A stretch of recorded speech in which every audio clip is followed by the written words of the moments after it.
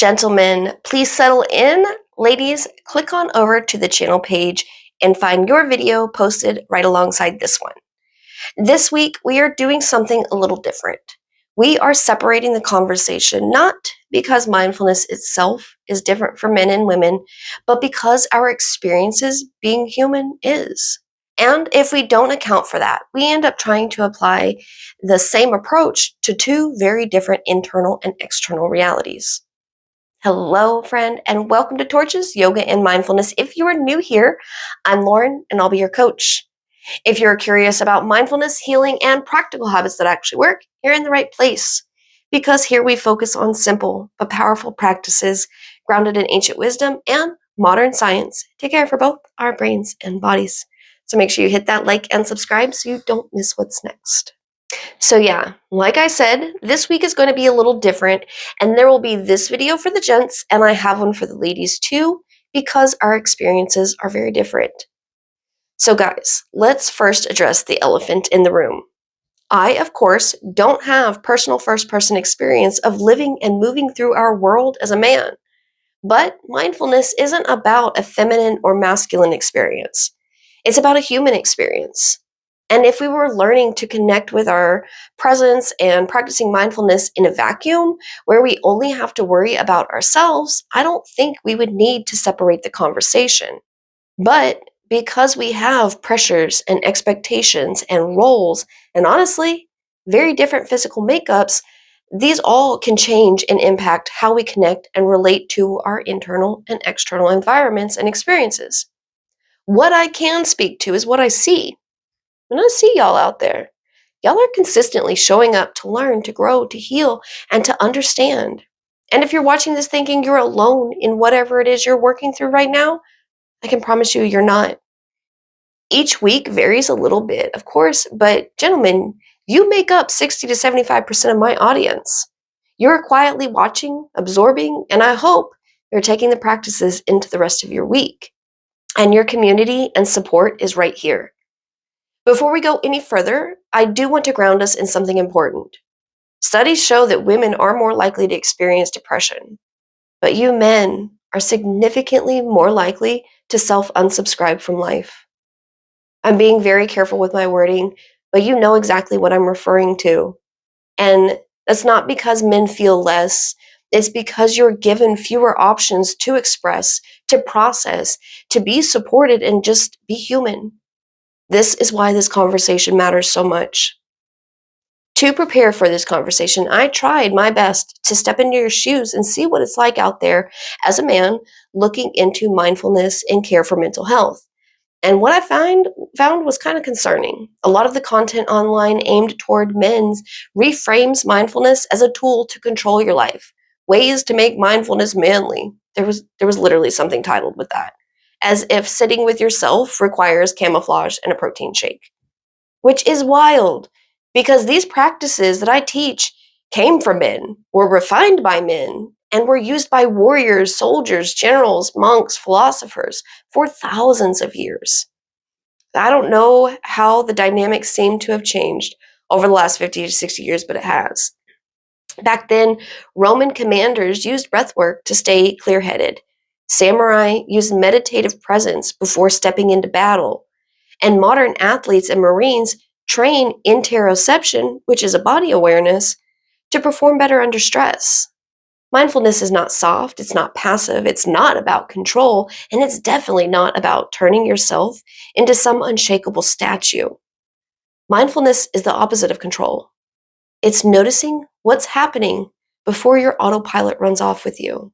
Since childhood, you've probably been given messages that quietly steer you away from your body and your presence.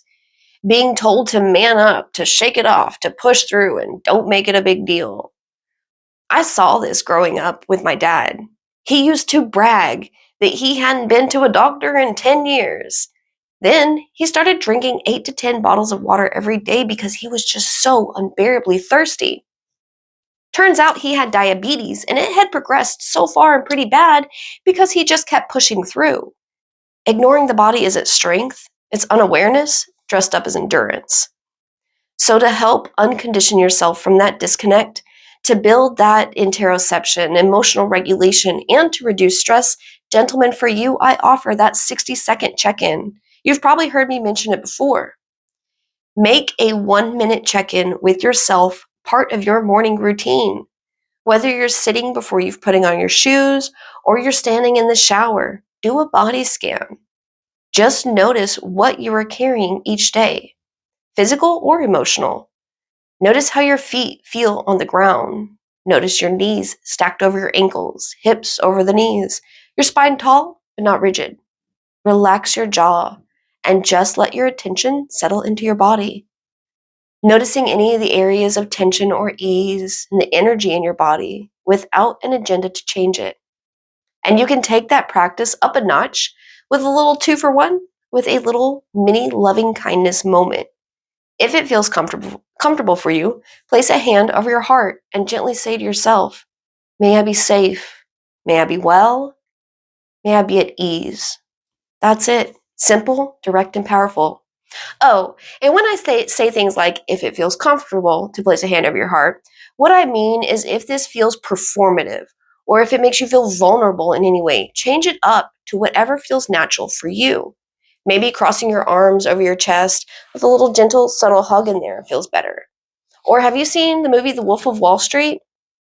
Well, if you have, you remember Matthew McConaughey's character does that chest pounding thing, where he's like this.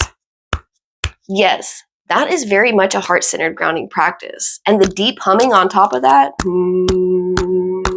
that all stimulates our vagus nerve. Like, oh my gosh, what? Talk about a perfect practice for nervous system regulation to bring clarity and even compassion. So that's what I mean when I say if it feels comfortable. If a movement or words I share just don't seem to fit, these aren't set in stone. Pick whatever works for you. Okay, let's talk about emotions and curiosity, because here's the truth. Many of you have been robbed of opportunities to develop emotional resilience because of stigma and silence. Yet, facing your own inner landscape, staying present with discomfort, and working through what rises instead of burying it, that is strength, courage, and leadership of the self. When we approach emotions with curiosity, something incredible happens in the brain. A 2010 study found that curiosity activates our ACC. That's our anterior cingulate cortex. This is the part of the brain that detects internal conflict. When our brain goes, wait, something isn't adding up here, that's our ACC. Curiosity also activates the prefrontal cortex, our PFC, which helps regulate emotional reactivity. It's our reasoning. And while those two areas are lighting up, the amygdala, our threat detector, actually decreases activity. And all this means that curiosity tells your brain we're safe and we can explore this. When we're curious, we're not in defense mode. We're perceiving the moment as safe enough to explore, which opens the door for presence, discovery, and even growth. So, curiosity is the practice. When you feel stress, anxiety, or worry, instead of trying to push it away or logic your way through it by asking, why is this here? Or even worse, telling yourself you shouldn't feel that way, instead, ask yourself, where do I feel this in my body? What is it asking for?